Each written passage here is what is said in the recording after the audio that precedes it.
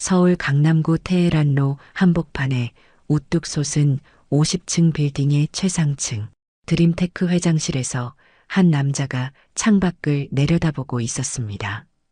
김민준 40세. 연매출 500억 원을 자랑하는 IT 기업의 젊은 회장이죠. 그의 책상 위에는 올해의 기업인상 트로피가 당당히 자리하고 있었고 벽면에는 각종 언론사에서 찍은 사진들이 걸려 있었습니다. 정장을 완벽하게 차려입은 민준의 모습에서는 성공한 기업가의 품격이 느껴졌습니다. 하지만 그런 화려함 속에서도 그의 눈빛 어딘가에는 깊은 그늘이 드리워져 있었어요. 이때 똑똑 문을 두드리는 소리가 들렸습니다.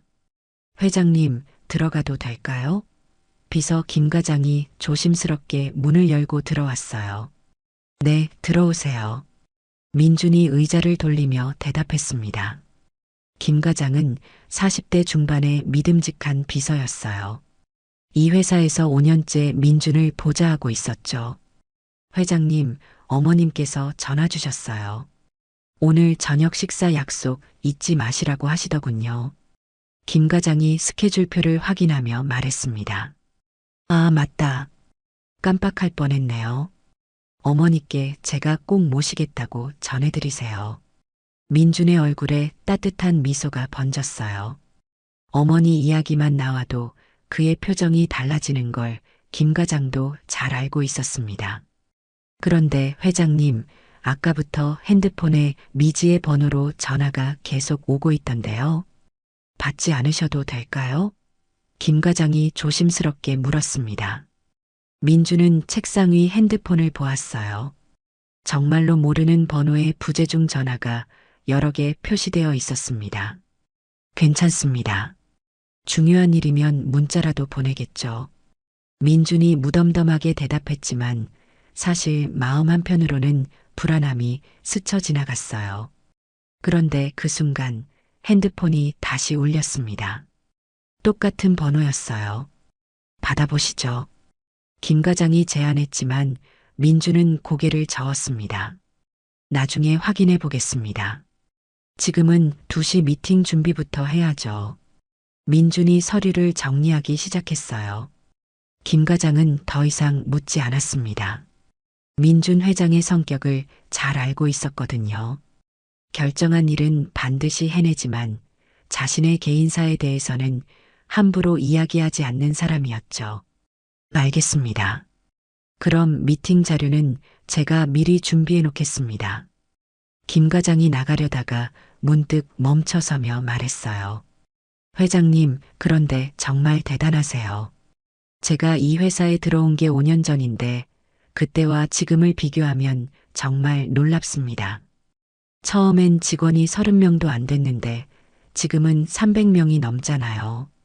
김 과장의 말에 민준이 잠깐 멈춰서서 창밖을 바라봤어요. 5년 전이요? 그때는 정말 힘든 시기였죠. 지금 생각해보니 그때가 더 간절했던 것 같아요. 민준의 목소리에 어떤 그리움 같은 게 묻어 있었습니다. 그 간절함이 지금의 성공을 만들어낸 거겠죠. 김 과장이 존경스러운 눈빛으로 말했어요. 하지만 민준은 대답하지 않았습니다.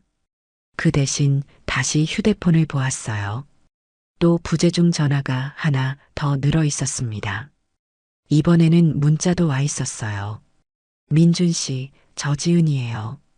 꼭 전화 받아주세요. 중요한 이야기가 있어요. 민준의 손이 잠깐 떨렸습니다. 지은이라는 이름을 본 순간 10년 전의 기억들이 물밀듯이 밀려왔어요. 회장님, 괜찮으세요? 얼굴이 갑자기 하얘지셨는데 김 과장이 걱정스럽게 물었습니다. 아, 괜찮습니다. 그냥 갑자기 어지러워서요. 물 좀 가져다 주시겠어요? 민준이 억지로 웃으며 말했어요. 김 과장이 급히 물을 가져왔습니다. 민준은 물을 마시며 마음을 진정시키려 했어요. 지은. 그 이름만으로도 10년 전의 모든 기억이 선명하게 되살아났습니다. 그때의 배신감, 절망감, 그리고 홀로 남겨진 채로 느꼈던 그 막막함까지도요. 회장님, 오늘 일정을 좀 줄이실까요? 컨디션이 안 좋아 보이세요. 김 과장이 진심 어린 걱정을 표했습니다. 아니에요. 괜찮습니다. 오히려 일에 집중하는 게 낫겠어요. 2시 미팅 준비 계속 진행해 주세요. 민준이 다시 평소의 모습을 되찾으려 애썼어요. 하지만 휴대폰 화면의 문자 메시지는 계속 그의 시선을 끌었습니다. 10년 만에 나타난 지은은 왜 자신을 찾고 있는 걸까요? 그리고 중요한 이야기라는 게 대체 무엇일까요? 민주는 깊은 한숨을 쉬었습니다. 오늘 하루가 어떻게 흘러갈지 예상할 수 없었어요. 다만 한 가지 확실한 건 10년 전의 상처가 아직도 완전히 아물지 않았다는 것이었습니다. 김 과장이 나간 후 민주는 홀로 회장실에 앉아 있었어요. 거대한 유리창 너머로 보이는 서울의 풍경이 아름다웠지만 그의 마음은 복잡했습니다. 성공했다고 생각했는데 과거의 그림자는 여전히 따라다니고 있었거든요. 2014년 11월 서울의 한 대학병원 응급실에서 30세의 남자가 의식을 잃은 채 실려왔습니다. 대형 교통사고였어요. 트럭과 정면 충돌한 승용차에서 간신히 구조된 김민준이었죠. 의사 선생님, 환자 상태가 어떻습니까? 응급실 밖에서 한 여자가 울먹이며 물었어요. 김순자, 민준의 어머니였습니다. 59세의 순자 씨는 식당에서 설거지 일을 하며 생계를 꾸려가고 있었어요. 다행히 생명에는 지장이 없습니다. 하지만 다리 골절이 심해서 최소 6개월은 입원해야 할 것 같아요. 수술비는 대략 3천만 원 정도 예상됩니다. 의사의 설명에 순자 씨는 눈앞이 캄캄해졌어요. 3천만 원이라는 돈이 어디 있겠어요?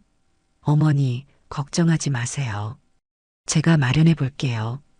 이때 젊은 여자가 순자 씨의 손을 잡았어요. 박지은, 29세. 민준의 아내였습니다. 결혼한 지 이제 겨우 1년 된 새댁이었죠. 지은아, 고맙다. 정말 고마워. 순자 씨가 며느리의 손을 꼭 잡았어요. 그리고 지은의 옆에 서 있던 남자가 말했습니다. 어머님, 저도 도와드릴게요. 민준이는 제 절친이잖아요. 최준호, 30세. 민준의 대학 동창이자 가장 가까운 친구였어요. 준호야, 너마저 정말 고맙다는 말밖에 할 수 없구나. 순자 씨의 눈에 눈물이 고였습니다. 수술은 성공적으로 끝났지만 회복 과정은 쉽지 않았어요. 민주는 다리에 철심을 받고 깁스를 한 채로 병실에 누워 있어야 했습니다. 여보, 괜찮아? 물 좀 줄까? 지은이 민준의 곁에서 정성스럽게 간병을 했어요. 처음 한 달은 정말 그랬습니다. 매일 병원에 와서 민준을 돌봤죠. 민준아, 빨리 나아야 해. 우리 같이 사업하기로 했잖아. 준호도 자주 병문안을 왔어요. 하지만 시간이 지나면서 분위기가 달라지기 시작했습니다. 2개월이 지나자 지은의 병문안 횟수가 줄어들었어요. 어머니, 오늘은 지은이가 안 왔네요. 민준이 순자 씨에게 물었습니다. 아, 지은이가 취업 준비한다고 바쁘다더라. 이해해줘라. 순자 씨가 대답했지만 표정이 어두웠어요. 사실 며칠 전 지은의 어머니로부터 전화를 받았거든요. 순자 씨, 우리 지은이가 언제까지 이렇게 고생해야 하나요? 사위가 언제 일어날지도 모르는데 우리 딸만 고생하고 있어요. 지은의 어머니는 불만을 토로했습니다. 그 말에 순자 씨는 할 말을 잃었어요.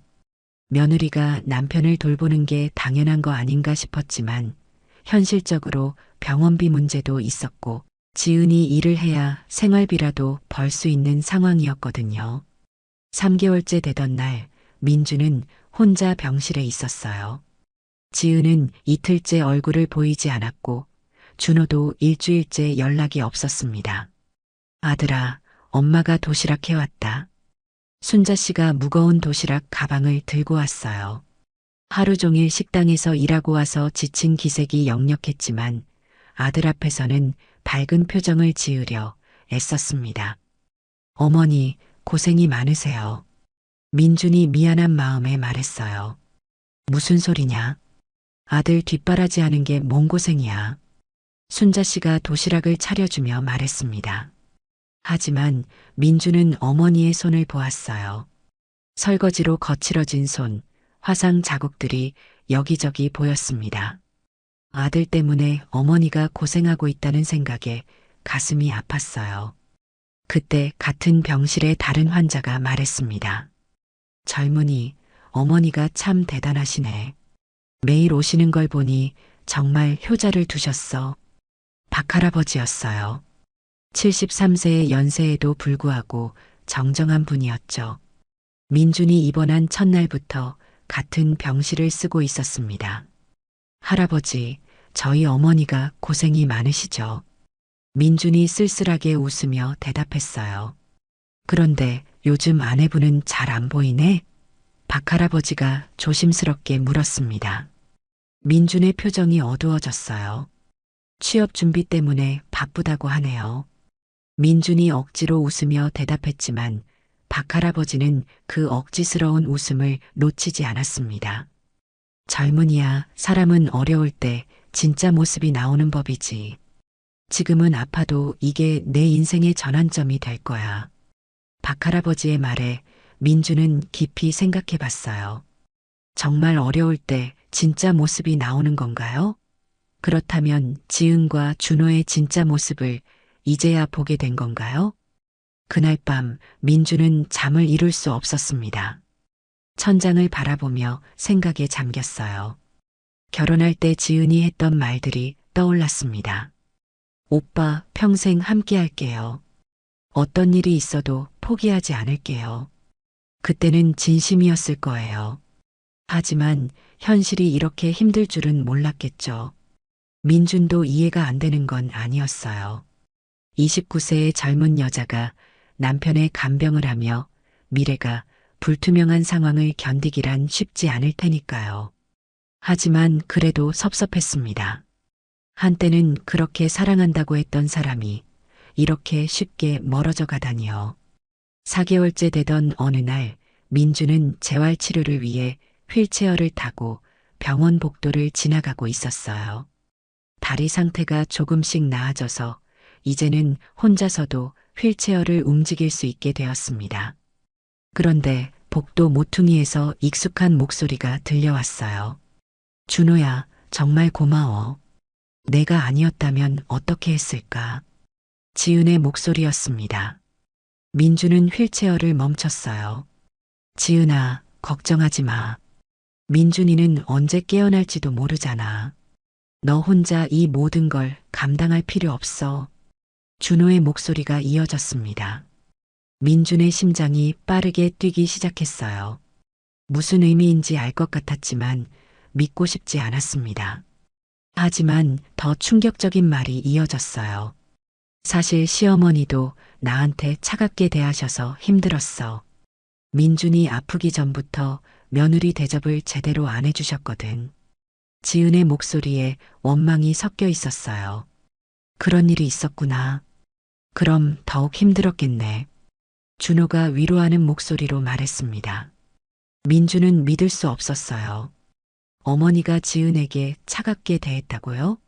그런 기억이 전혀 없었거든요. 오히려 어머니는 지은을 친딸처럼 아껴주셨는데요.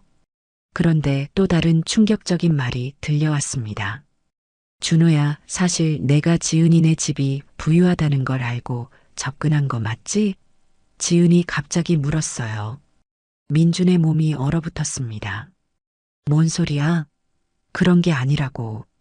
준호가 당황하며 대답했지만 목소리에 확신이 없었어요. 솔직히 말해. 처음에 민준이 소개해줄 때부터 내 집 얘기 물어봤잖아. 지은의 목소리가 차가워졌습니다. 그건 그냥 궁금해서 그랬던 거야. 준호가 머뭇거리며 대답했어요. 하지만 민주는 이제 모든 걸 이해했습니다.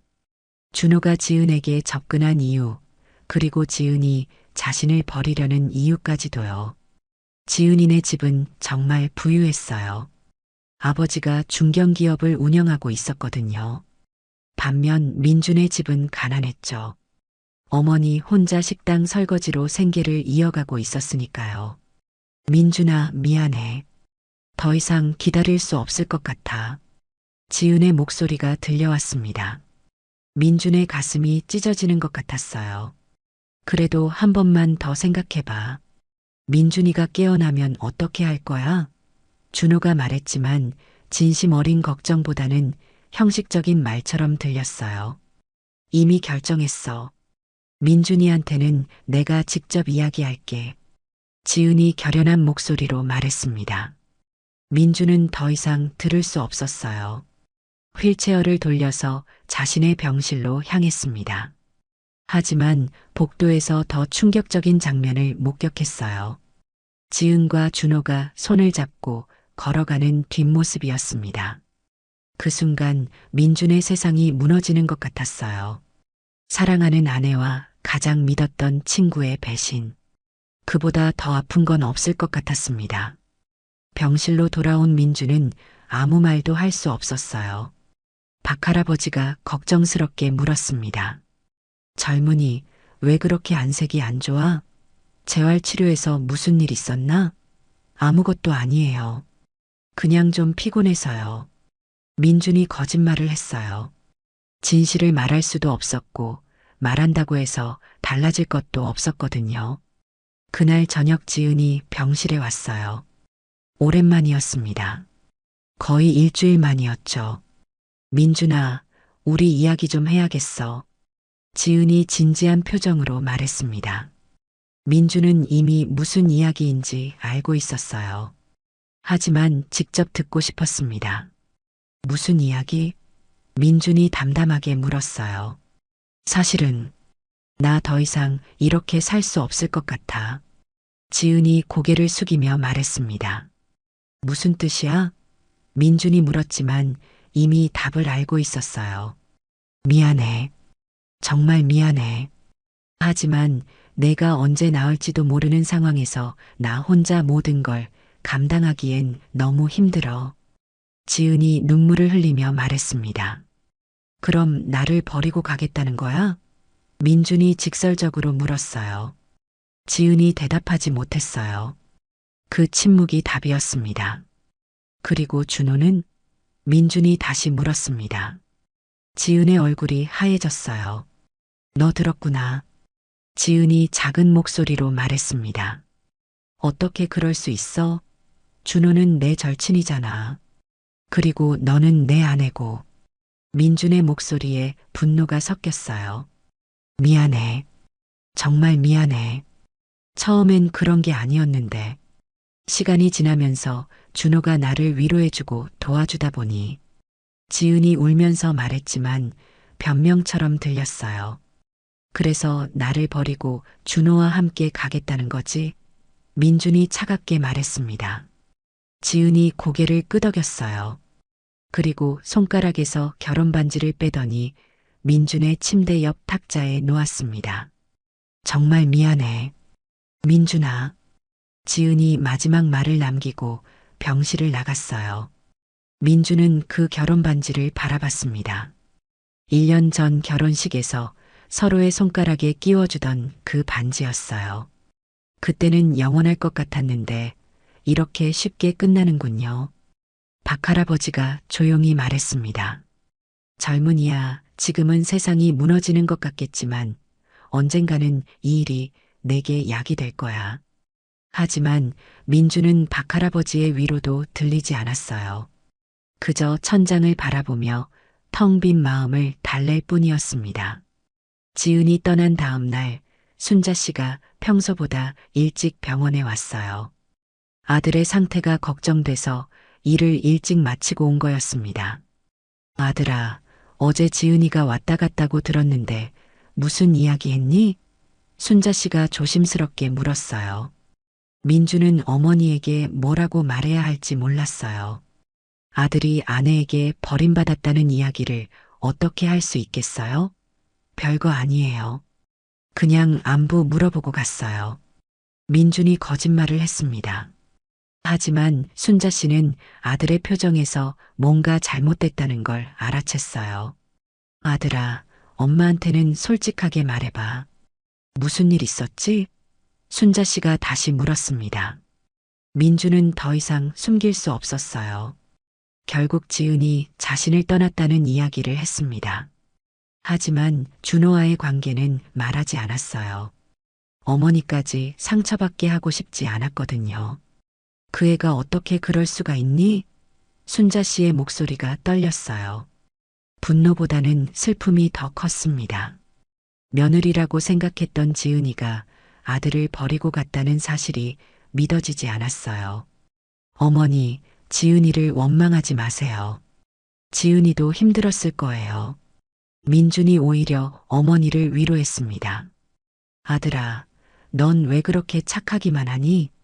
분명히 화가 날 텐데. 순자 씨가 아들의 손을 잡으며 말했어요. 화난다고 해서 달라질 건 없잖아요. 이제 저 혼자 일어서야죠. 민준의 말에 순자 씨의 눈에 눈물이 고였습니다.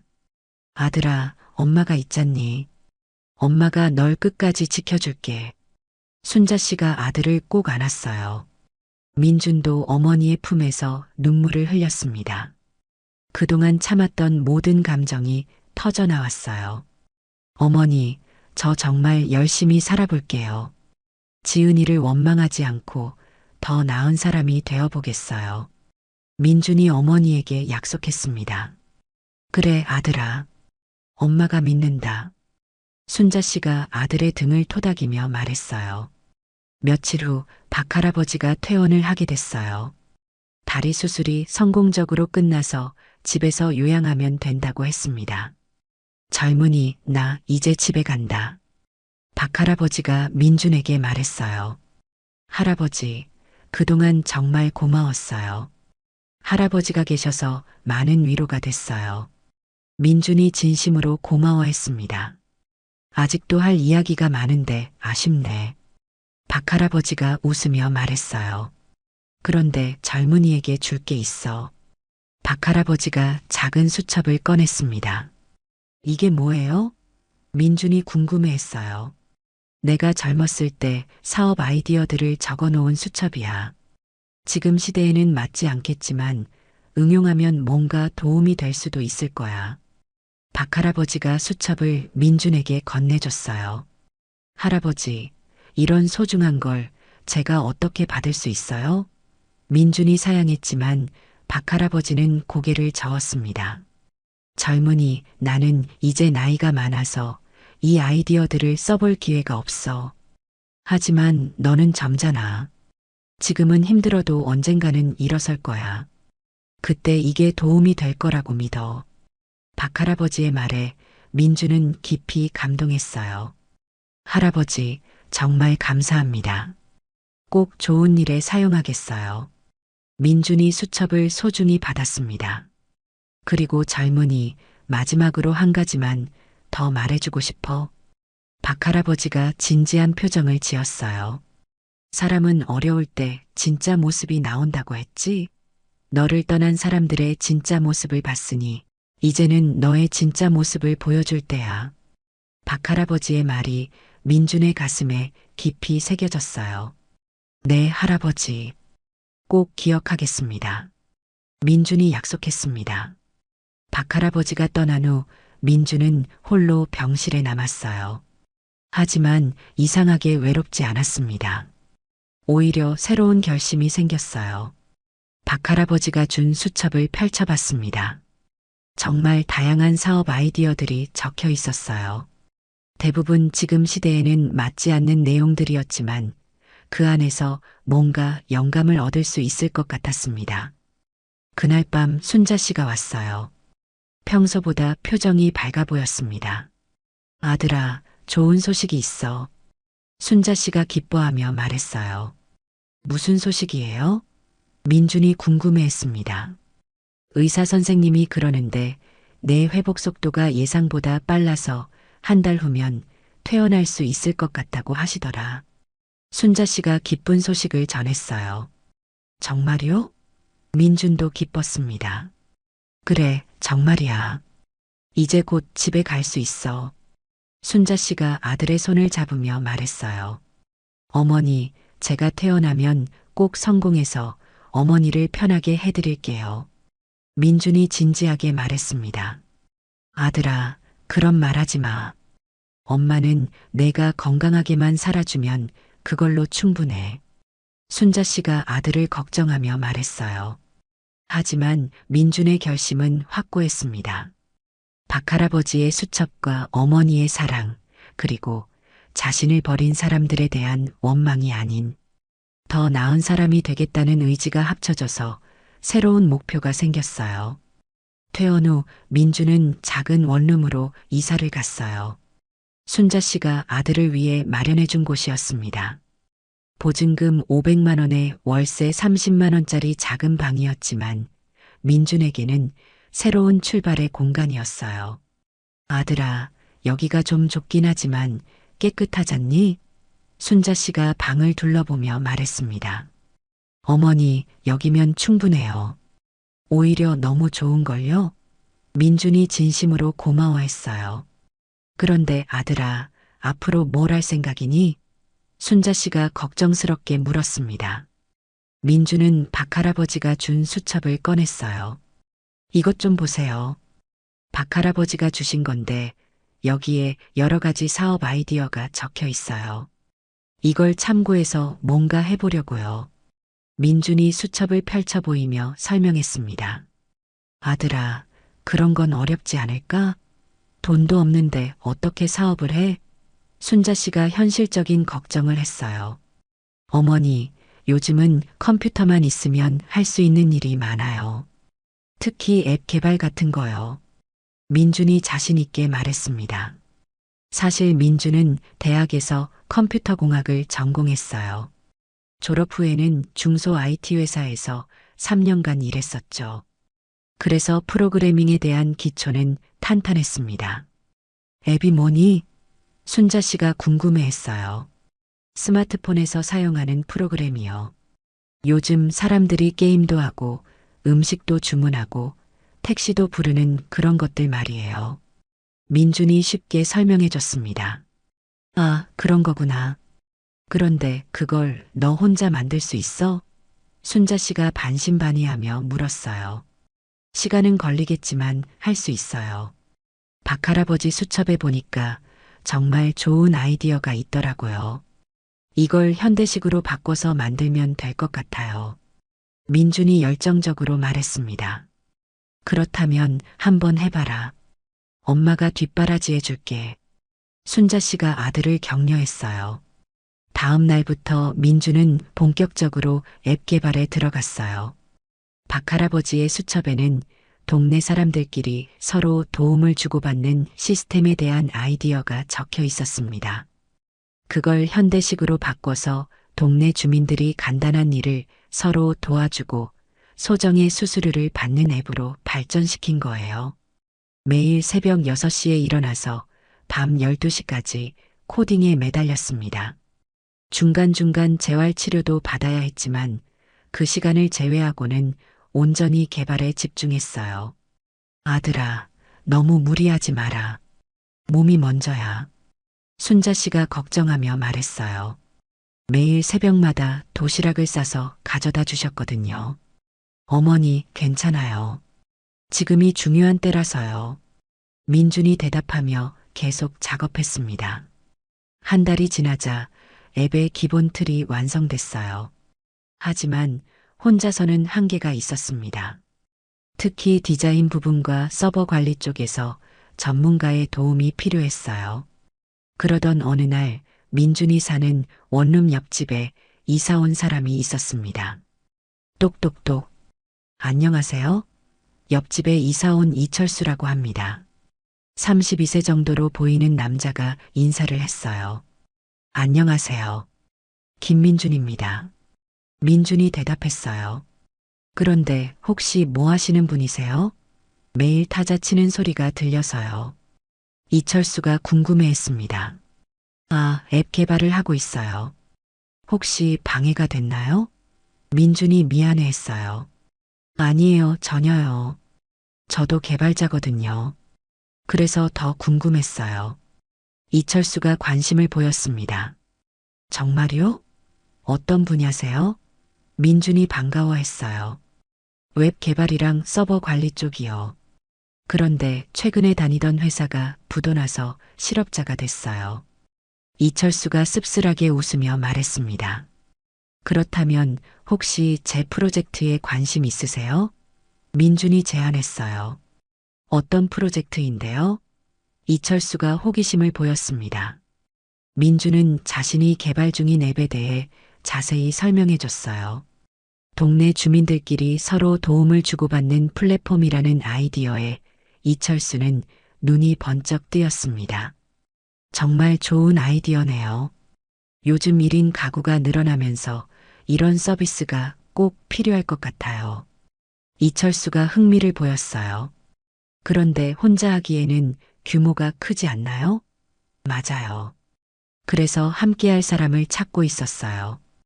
혹시 관심 있으시면 같이 해보실래요? 민준이 정식으로 제안했습니다. 하지만 급여는 어떻게 되나요? 솔직히 지금 당장 생활비가 필요한 상황이라서요. 이철수가 현실적인 질문을 했어요. 지금은 돈이 없어서 급여를 드릴 수 없어요. 하지만 앱이 성공하면 지분을 나눠 가져요. 어떠세요? 민준이 솔직하게 말했습니다. 이철수는 잠깐 고민했어요. 현실적으로 생각하면 무모한 선택이었지만 민준의 진정성과 아이디어의 가능성을 느꼈습니다. 알겠습니다. 한번 믿어보겠어요. 이철수가 결정했습니다. 정말요? 고맙습니다. 꼭 성공시켜 보겠어요. 민준이 기뻐했어요. 그렇게 민준과 이철수의 2인팀이 구성됐습니다.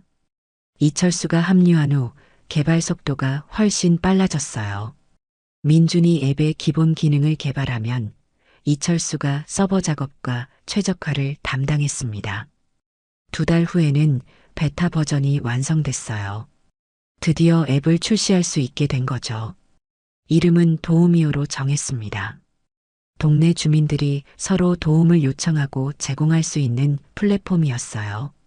예를 들어 높은 곳에 있는 물건을 내려달라거나 무거운 짐을 옮겨달라는 간단한 일부터 시작해서 컴퓨터 수리나 청소 같은 전문적인 일까지 중개해주는 서비스였습니다. 처음에는 반응이 미미했어요. 하루에 다운로드가 10건도 안 됐거든요. 하지만 포기하지 않고 계속 홍보하고 개선했습니다. 한 달 후 서울 강서구의 한 아파트 단지에서 입소문이 나기 시작했어요. 혼자 사는 할머니가 형광등을 갈아달라고 요청했는데 같은 단지에 사는 대학생이 도와드린 거였습니다. 그 할머니가 이웃들에게 이야기하면서 사용자가 늘어나기 시작했어요. 민준아, 오늘 다운로드가 100건이 넘었어. 이철수가 신나게 말했습니다. 정말요? 드디어 100건을 넘었네요.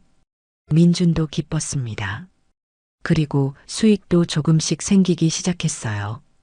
거래가 성사될 때마다 10%의 수수료를 받는 구조였는데 한 달에 50만 원 정도의 수익이 생겼습니다. 많은 돈은 아니었지만 두 사람에게는 큰 희망이 됐어요. 철수야, 이제 정말 가능성이 보이는 것 같아. 민준이 희망에 찬 목소리로 말했습니다. 맞아요. 사용자들 반응도 좋고 재이용률도 높아지고 있어요. 이철수도 동의했습니다. 그런데 이때 예상치 못한 사람이 나타났어요. 민준이 앱 개발에 몰두하던 어느 날 순자 씨가 급하게 전화를 했습니다. 아들아, 준호라는 친구가 너를 찾아왔어. 어떻게 할까? 순자 씨의 말에 민준의 표정이 굳어졌습니다. 10개월 만에 나타난 준호. 그는 무슨 이야기를 하러 온 걸까요? 준호가 원룸 앞에 서 있을 때 민준의 마음은 복잡했어요. 10개월 전 병원에서의 그 배신이 아직도 생생했거든요. 민준아, 오랜만이다. 준호가 어색하게 인사했습니다. 오랜만이네. 무슨 일로 왔어? 민준이 차갑게 대답했어요. 그냥, 너 어떻게 지내나 싶어서 왔어. 준호의 목소리에 확신이 없었습니다. 보다시피 잘 지내고 있어. 그럼 이제 가봐. 민준이 문을 닫으려 했지만 준호가 막았어요. 민준아, 정말 미안해. 그때 일 말이야. 준호가 사과하려 했지만 민준은 관심이 없었어요. 지은이는 잘 지내? 민준이 직설적으로 물었습니다. 준호의 얼굴이 어두워졌어요. 사실, 우리 헤어졌어. 지은이 집안에서 반대했거든. 준호가 힘없이 말했습니다. 그래서 나한테 온 거야? 동정받으러? 민준의 목소리가 차가워졌어요. 아니야, 그런 게 아니라. 준호가 말을 못 이었습니다.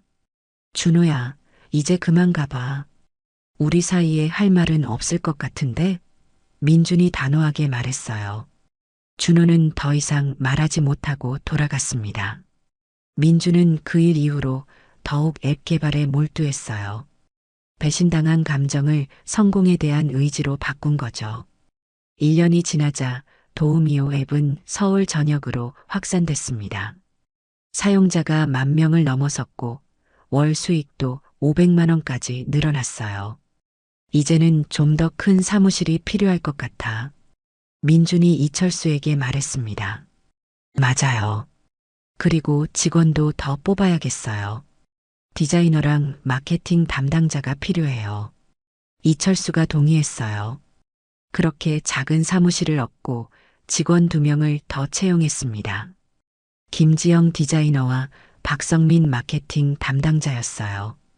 둘 다 20대 후반의 패기 있는 젊은이들이었습니다. 사장님, 정말 좋은 아이디어인 것 같아요. 요즘 1인 가구가 늘어나면서 이런 서비스가 꼭 필요했거든요. 김지영이 입사 첫날 말했습니다. 고마워요. 다 같이 열심히 해서 더 큰 회사로 만들어 봐요. 민준이 직원들에게 비전을 제시했어요. 2년째가 되자 더 큰 변화가 있었습니다. 대기업에서 제휴 제안이 들어온 거예요. 한국통신이라는 대형 통신회사에서 연락이 왔습니다. 안녕하세요. 한국통신사업개발팀 정부장입니다. 도우미오 앱에 대해 이야기하고 싶어서 연락드렸어요. 전화를 받은 민주는 깜짝 놀랐어요. 한국통신이라면 업계 1위 회사였거든요. 어떤 이야기인지 궁금하네요. 민준이 대답했습니다. 직접 만나서 얘기하면 안 될까요? 내일 시간 되시면 저희 회사로 오세요. 정 부장이 제안했어요. 다음 날 민준은 한국통신 본사에 갔어요. 53층짜리 빌딩의 30층에 있는 회의실이었습니다. 와, 정말 크네요. 민준이 감탄했어요. 김 대표님 앉으세요. 도우미오 앱 정말 잘 만드셨네요. 정 부장이 칭찬했습니다. 감사합니다. 그런데 어떤 제안인지요? 민준이 궁금해했어요. 저희가 도우미오를 인수하고 싶어요. 조건은 50억 원입니다. 어떠세요? 정 부장이 폭탄 선언을 했어요. 민준은 잠깐 말을 잃었습니다. 50억 원이라니 상상도 못한 금액이었거든요. 하지만 조금 생각해 볼 시간을 주세요. 민준이 신중하게 대답했어요. 물론이죠. 일주일 정도 시간을 드리겠어요. 정 부장이 이해해 줬습니다. 회사로 돌아온 민준은 직원들과 회의를 했어요. 50억 원이면 정말 큰 돈인데 어떻게 생각해? 민준이 의견을 물었습니다. 솔직히 말씀드리면 매력적인 제안이에요. 하지만 저는 우리가 더 키울 수 있을 것 같아요. 이철수가 말했습니다. 저도 동의해요. 지금 성장세를 보면 5년 후에는 훨씬 더 큰 회사가 될 것 같아요. 김지영도 같은 의견이었어요. 민주는 일주일 동안 고민했어요. 50억 원이면 어머니를 편하게 모실 수 있고 자신도 평생 걱정 없이 살 수 있었습니다. 하지만 뭔가 아쉬웠어요. 이제 겨우 시작인데 포기하기에는 너무 이른 것 같았거든요. 결국 민주는 인수 제안을 거절했습니다. 정 부장님 제안해 주셔서 감사하지만 거절하겠어요. 저희가 직접 더 키워보고 싶어요. 민준이 전화로 말했어요. 아쉽긴 하지만 이해합니다. 언제든 마음 바뀌면 연락 주세요. 정 부장이 아쉬워했지만 이해해줬어요. 그 선택은 옳았습니다. 3년째가 되자 도우미오는 전국 서비스로 확대됐고 사용자가 100만 명을 넘어섰어요. 직원도 30명까지 늘어났죠. 이제는 제법 큰 회사가 된 거예요. 사장님, 이번 달 매출이 5억을 넘었어요. 박성민이 기쁜 소식을 전했습니다. 정말요? 드디어 월 5억을 넘었네요. 민준도 기뻤어요. 그런데 이때 예상치 못한 소식을 들었습니다. 순자 씨가 저녁을 먹으며 말했어요. 아들아, 오늘 시장에서 우연히 지은이 어머니를 만났어. 정말요? 뭐라고 하시던가요? 민준이 궁금해했어요. 지은이가 이혼했다고 하더라. 준호와 결혼했는데 얼마 안 가서 헤어졌다는 거야. 순자 씨가 전해줬어요. 그렇구나. 민주는 담담하게 받아들였습니다. 그런데 지금은 혼자서 아이를 키우고 있다고 하더라. 참 힘들겠어. 순자 씨가 안타까워했어요. 아이요? 민준이 놀랐어요. 응, 딸이 하나 있다고 하더라. 순자 씨의 말에 민주는 복잡한 기분이 들었어요. 지은이 홀로 아이를 키우고 있다니 쉽지 않을 것 같았습니다. 하지만 그것도 지은이 선택의 결과였죠. 4년째가 되자 더 큰 변화가 있었습니다. 코스닥 상장을 준비하게 된 거예요. 회사 규모가 커지면서 자금 조달이 필요했고 상장을 통해 사업을 더욱 확장하려는 계획이었습니다. 민준 대표님, 상장 심사 결과가 나왔어요. 통과했습니다. 회계법인에서 온 연락이었어요. 정말요? 드디어 상장이 되는군요.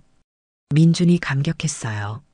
상장 후 회사의 가치는 200억 원으로 평가됐습니다. 민준이 보유한 지분만 120억 원의 가치가 있었죠. 불과 4년 만에 일어난 일이었어요. 철수야, 우리가 해냈어. 민준이 이철수에게 말했습니다. 정말 꿈 같아요. 4년 전에 원룸에서 시작했는데 이렇게 될 줄 몰랐어요. 이철수도 감동했어요. 하지만 민주는 만족하지 않았습니다. 더 큰 꿈이 있었거든요. 5년째에는 AI 기술을 도입해서 서비스를 고도화했고 6년째에는 동남아시아로 진출했어요. 7년째가 되자 드림테크는 직원 300명, 연매출 500억 원의 대기업이 됐습니다. 민준도 업계에서 인정받는 젊은 기업가가 됐죠. 각종 시상식에서 상을 받고 언론에서 인터뷰 요청이 끊이지 않았어요. 그리고 무엇보다 어머니를 강남에 있는 좋은 아파트로 이사시켜 드릴 수 있었습니다. 아들아, 엄마가 이런 좋은 집에서 살게 될 줄 몰랐어. 순자 씨가 새 아파트를 보며 감격했어요. 어머니, 이제 시작이에요. 더 좋은 곳으로 모셔드릴게요. 민준이 약속했습니다. 하지만 성공했다고 해서 모든 게 완벽한 건 아니었어요. 가끔 밤에 혼자 있을 때면 외로움이 밀려왔습니다. 일에만 매달리다 보니 개인적인 관계를 소홀히 했거든요. 그런데 7년 만에 예상치 못한 연락이 왔어요. 바로 지은에게서 온 것이었어요. 민준 씨, 저 지은이에요. 꼭 전화 받아주세요. 중요한 이야기가 있어요. 문자 메시지였습니다. 민주는 그 문자를 보고 잠시 멈춰 섰어요. 7년 만에 나타난 지은. 대체 무슨 일로 연락한 걸까요? 회장님, 괜찮으세요? 얼굴이 좋지 않아 보이는데요. 김 과장이 걱정스럽게 물었습니다. 괜찮습니다. 그런데 오늘 오후 일정 하나 취소할 수 있나요? 민준이 말했어요. 물론입니다. 무슨 일이 생기셨나요? 김 과장이 물었지만 민주는 대답하지 않았어요. 개인적인 일 좀 처리해야겠습니다. 민준이 간단히 말했습니다. 민주는 고민 끝에 지은에게 전화를 걸었어요. 여보세요, 민준 씨? 지은의 목소리가 떨리고 있었습니다. 무슨 일로 연락했어요? 민준이 차갑게 물었어요. 만나서 이야기할 수 있을까요? 정말 중요한 얘기가 있어서요. 지은이 간절하게 말했습니다. 글쎄요. 우리 사이에 더 이상 할 이야기가 있을까요? 민준의 목소리에는 감정이 없었어요. 제발요, 민준 씨. 한 번만 만나주세요. 지은이 애원하듯 말했습니다. 민준은 잠시 침묵했어요. 1시간만요. 그 이상은 안 됩니다. 민준이 조건을 걸었습니다. 고맙습니다. 정말 고마워요. 지은이 안도의 한숨을 쉬었어요. 오후 3시에 강남역 근처 카페에서 만났습니다. 지은은 이미 와서 기다리고 있었어요. 7년 만에 보는 지은은 많이 변해 있었습니다. 예전에 밝고 화사했던 모습은 사라지고 생활에 지친 기색이 역력했어요. 민준 씨, 와줘서 고마워요. 지은이 일어나며 인사했습니다. 앉으세요. 민준이 건조하게 말했어요. 두 사람 사이에는 어색한 침묵이 흘렀습니다. 그럼 무슨 이야기인지 들어보죠. 민준이 시계를 보며 말했어요. 시간이 많지 않다는 뜻이었습니다. 민준 씨, 그동안 정말 대단하게 성공하셨네요. 신문에서도 자주 봤어요. 지은이 어색하게 말문을 열었어요. 그런 이야기 하려고 부른 건 아니겠죠? 민준이 직설적으로 말했습니다. 아, 네. 사실은 지은이 주저하며 말했어요. 솔직히 말하면 정말 힘들게 살았어요. 준호와 결혼했지만 2년 만에 이혼했거든요. 지은이 털어놓기 시작했습니다. 그래서요? 민준이 무덤덤하게 반응했어요. 준호가 사업 실패로 빚을 많이 지고 술을 마시며 폭력까지 휘둘렀어요. 서연이가 갓 태어났을 때 이혼했어요. 지은이 눈물을 참으며 말했습니다. 힘드셨겠네요. 민준이 건조하게 대답했어요. 동정하는 기색은 전혀 없었습니다. 그 이후로 혼자 아이를 키우면서 여러 일을 해왔어요. 청소도 하고 마트 계산대도 하고. 지은이 자신의 현실을 말했어요. 그래서 제게 무엇을 원하시는 건가요? 민준이 핵심을 찔렀습니다. 지은의 얼굴이 붉어졌어요. 아, 그런 게 아니라 그냥 사과하고 싶었어요. 지은이 급하게 변명했습니다. 민준 씨, 그때 정말 미안했어요. 젊고 어려서 현실을 제대로 보지 못했어요. 내가 힘들 때 곁에 있어줬어야 했는데. 지은이 진심으로 사과했어요. 사과는 받아들이겠습니다. 민준이 담담하게 말했어요. 하지만 그것으로 끝입니다. 정말요? 지은이 희망을 품으며 물었어요. 박지은 씨, 우리는 이미 10년 전에 끝난 관계입니다. 민준이 단호하게 말했습니다. 각자 선택한 길에 대한 책임은 각자가 져야 하는 거 아닌가요? 하지만 혹시 다시 시작할 수는? 지은이 용기를 내어 말했지만 민준이 손을 들어 막았어요. 그런 말씀은 하지 마세요. 저는 이미 좋은 사람을 만났고 제 인생을 살고 있습니다. 민준이 분명하게 선을 그었습니다. 그럼 혹시 서연이라도 아이가 아빠 없이 자라서. 지은이 마지막 카드를 꺼냈지만 민준은 고개를 저었어요. 그 아이는 당신의 선택으로 태어난 아이입니다. 당신이 책임져야죠. 민준이 냉정하게 말했습니다. 민준 씨, 지은이 눈물을 흘렸지만 민준은 움직이지 않았어요. 시간이 다 됐네요. 민준이 일어서며 말했습니다. 앞으로는 연락하지 마세요. 서로를 위해서 말입니다. 민준이 마지막 말을 남기고 카페를 나섰어요. 지은은 혼자 남아 눈물을 흘렸습니다. 민주는 카페 밖으로 나와 깊게 숨을 쉬었어요.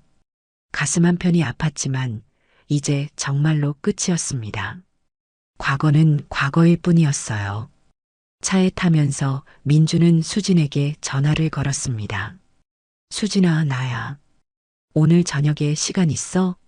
오빠 무슨 일 있었어요? 목소리가 이상해요. 수진이 걱정스럽게 물었어요. 아무것도 아니야. 그냥 내가 보고 싶어서. 민준이 진심으로 말했습니다. 그래요? 그럼 제가 맛있는 거 해드릴게요. 수진이 따뜻하게 대답했어요. 고마워. 민준이 미소를 지었습니다. 과거의 그림자를 떨쳐내고 이제 정말로 앞을 보고 살아갈 때였어요. 그날 밤 민주는 순자 씨에게도 그날 있었던 일을 말했어요. 어머니, 오늘 지은이를 만났어요. 정말? 뭐라고 하더냐? 순자 씨가 궁금해했어요. 사과한다고 하더라고요. 하지만 저는 더 이상 과거에 얽매이고 싶지 않다고 했어요. 민준이 말했습니다. 잘했어, 아들아. 이제 그런 사람들 생각하지 말고 내 앞길만 보고 가거라. 순자 씨가 아들을 격려했어요. 네, 어머니. 이제 정말로 새로 시작하겠어요. 민준이 다짐했습니다. 며칠 후 준호에게서도 연락이 왔어요. 하지만 민준은 받지 않았습니다. 과거의 사람들과는 더 이상 엮이고 싶지 않았거든요. 대신 수진과의 미래를 준비하기 시작했어요. 지은과의 만남 이후 민준은 오히려 더 홀가분해졌어요. 과거에 대한 미련이 완전히 사라진 기분이었습니다. 그날 저녁 수진과 만난 민준은 진심 어린 고백을 했어요. 수진아, 나와 결혼해 줄래? 민준이 갑작스럽게 프로포즈했습니다. 오빠, 갑자기 왜 그래요? 수진이 놀라며 물었어요. 오늘 과거 정리를 끝냈어. 이제 정말로 너와 미래를 만들어가고 싶어. 민준이 진심으로 말했습니다. 수진의 눈에 눈물이 고였어요. 네, 좋아요. 오빠와 함께라면 어디든 갈 수 있어요. 수진이 행복하게 대답했습니다. 두 사람은 2025년 봄에 결혼식을 올리기로 했어요.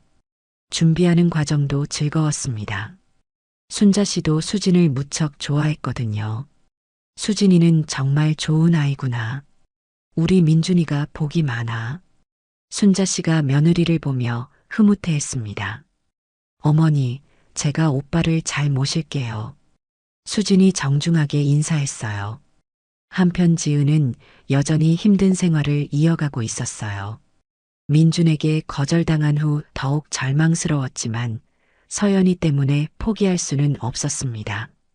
엄마, 왜 요즘 더 슬퍼 보여요? 서연이가 걱정스럽게 물었어요. 아니야, 괜찮아. 엄마가 더 열심히 일해서 서연이 좋은 곳에서 살게 해줄게. 지은이 아이를 안으며 다짐했습니다. 준호는 여전히 민준에게 연락하려 했지만 모두 차단당했어요. 카페 사업도 실패하고 빚만 늘어가던 준호는 결국 고향으로 내려갔습니다. 민준의 결혼 소식은 언론을 통해 크게 보도됐어요. 젊은 기업가의 결혼이었으니까요.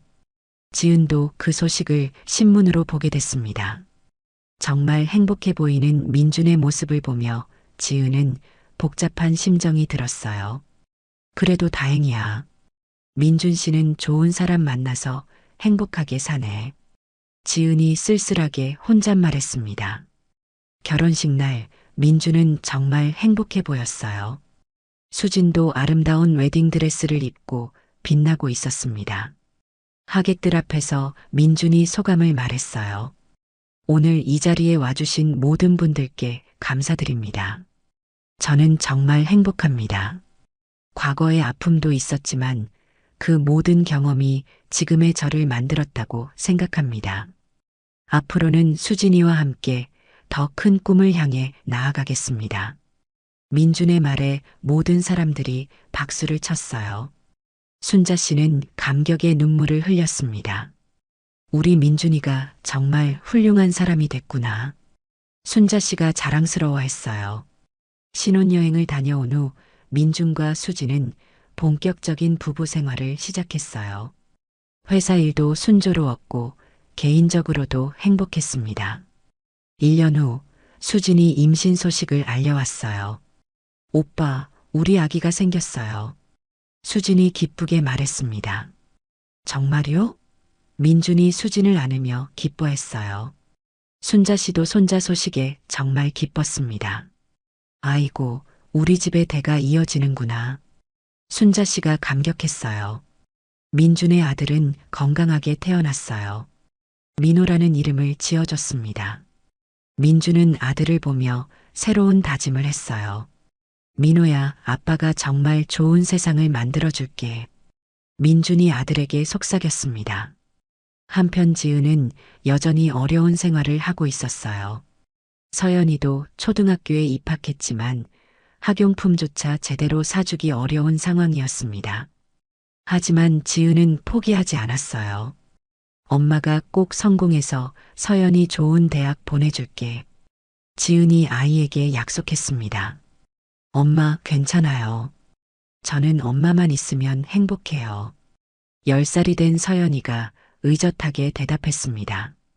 어느 날 민주는 우연히 지은과 서연이를 길에서 보게 됐어요. 하지만 그냥 지나쳤습니다. 더 이상 개입할 생각이 없었거든요. 3년 후 민준의 회사는 더욱 성장했고 해외 진출도 본격화됐어요. 민준 자신도 업계의 대표적인 성공 사례로 인정받았습니다. 어느 언론과의 인터뷰에서 민준이 말했어요. 성공의 비결이 뭐라고 생각하세요? 기자가 물었습니다. 과거에 얽매이지 않고 앞만 보고 달려온 것 같습니다. 실패와 배신을 경험했지만 그것에 머물지 않았죠. 민준이 대답했어요. 가족에 대해서도 한 말씀 해주세요.